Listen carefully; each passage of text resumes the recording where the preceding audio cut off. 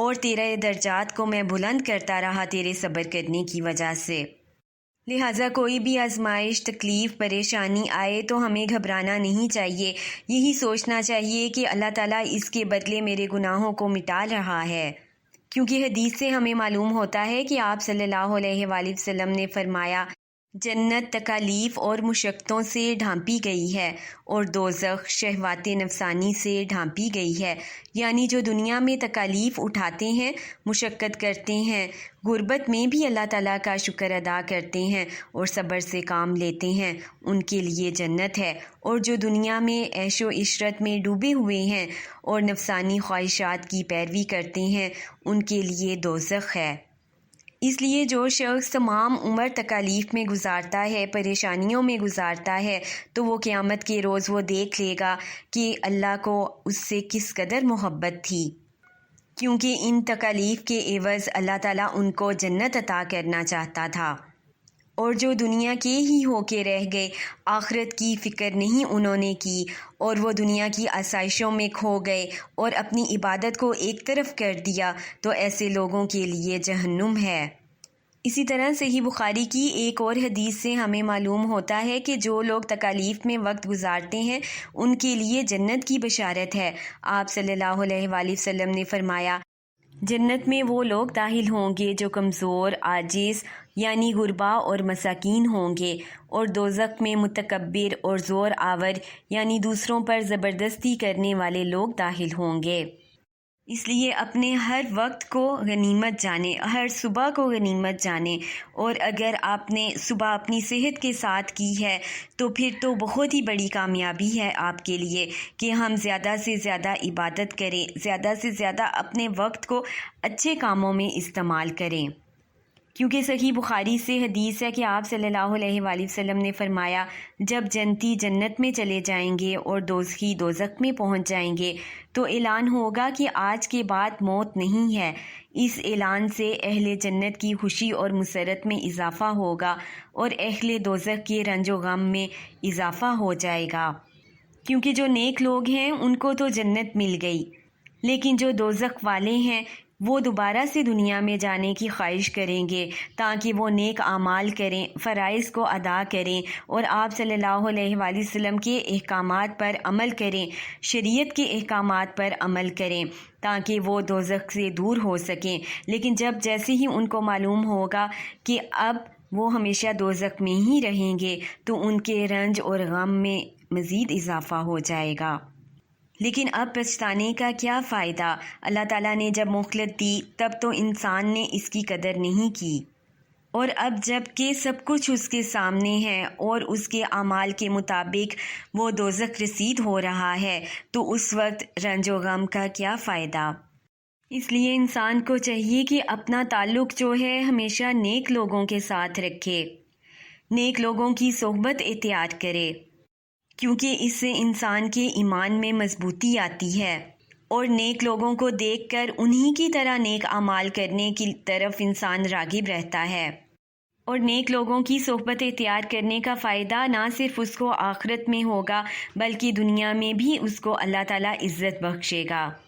کیونکہ صحیح بخاری سے روایت ہے کہ آپ صلی اللہ علیہ وآلہ وسلم نے فرمایا کہ قیامت کے دن انسان انہی کے ساتھ ہوگا جن سے محبت کرتا ہے، خواہ اعمال میں وہ ان کی برابری نہ کرتا ہو۔ اب یہ دیکھیں کہ کتنا انسان کو اس چیز کا فائدہ ہے کہ نیک لوگوں کی وابستگی سے اس کو آخرت میں صلہ ملے گا، اسے صحیح بخاری نے روایت کیا ہے۔ اسی طرح حضرت خواجہ نظام الدین اولیاء نے فرمایا کہ مومن کو دنیا میں جو پریشانی یا تکلیف آتی ہے وہ اس کے گناہوں کا کفارہ بنتی ہے۔ جو شخص مسلسل گمراہی اور باطل میں مبتلا رہے اسے کوئی ایسی تکلیف نہیں آتی جو اسے گمراہی اور باطل سے باز رکھے، یہ اس شخص کی محرومی اور بد نصیبی ہے۔ آپ صلی اللہ علیہ وآلہ وسلم نے فرمایا کہ جب مومن کو اس کے مال میں نقصان ہو اور خود اسے کوئی بیماری لگ جائے تو یہ اس کے ایمان کی صحت کی دلیل ہوتی ہے، کیونکہ ایک مومن پر جب کوئی آزمائش یا تکلیف آتی ہے تو وہ فوری سے اپنے ایمان کی جانچ کرتا ہے کہ اس کے ایمان میں کہاں پر کمزوری تھی کہ اللہ تعالیٰ نے اس کو آزمائش و تکلیف میں ڈالا، اور وہ فوری سے اپنے ایمان کی اصلاح کرتا ہے اور اپنے گناہوں پر توبہ و استغفار کرتا ہے، اور اس طرح یہ تکلیف و پریشانی اس کے لیے باعث رحمت بن جاتی ہے، اور ایک طرف وہ اللہ سے اپنے گناہوں کی بخشش بھی کروا لیتا ہے اور اپنے درجات کی بلندی بھی کروا لیتا ہے، اور توبہ و استغفار کی وجہ سے اللہ تعالیٰ اس کی تکلیف، آزمائش اور پریشانی کو دور فرما دیتا ہے۔ لہٰذا مومن پر کوئی تکلیف و پریشانی آنا اس کے لیے رحمت بن کر نازل ہوتا ہے۔ اس لیے ایک مومن آزمائشوں اور تکلیفوں پر گھبراتا نہیں، بلکہ فوری سے اپنی اصلاح کی طرف جاتا ہے۔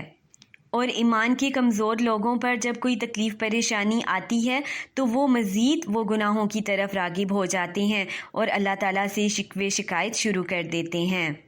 حضرت خواجہ نظام الدین اولیاء نے فرمایا کہ وہ نامہ اعمال جو قیامت کے روز تمہارے ہاتھ میں دیا جائے گا، دنیاوی زندگی میں اس پر اچھی اچھی باتیں لکھوا لینی چاہیے۔ دیکھیں کہ کتنی خوبصورت بات انہوں نے کی ہے کہ نامہ اعمال جو ہے اس کو ہم نے حل تو اسی دنیا میں رہ کر کرنا ہے،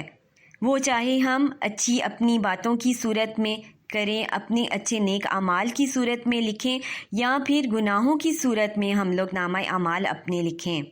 یہ سب اب ہمارے اپنے ہاتھ میں ہے کہ ہم اپنے نامہ اعمال پر کیا درج کرتے ہیں۔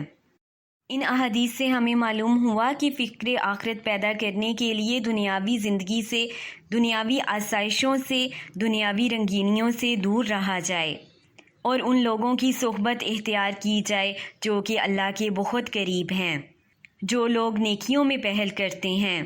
قرآن کے ساتھ جڑے ہوئے ہیں، احادیث کے ساتھ جڑے ہوئے ہیں۔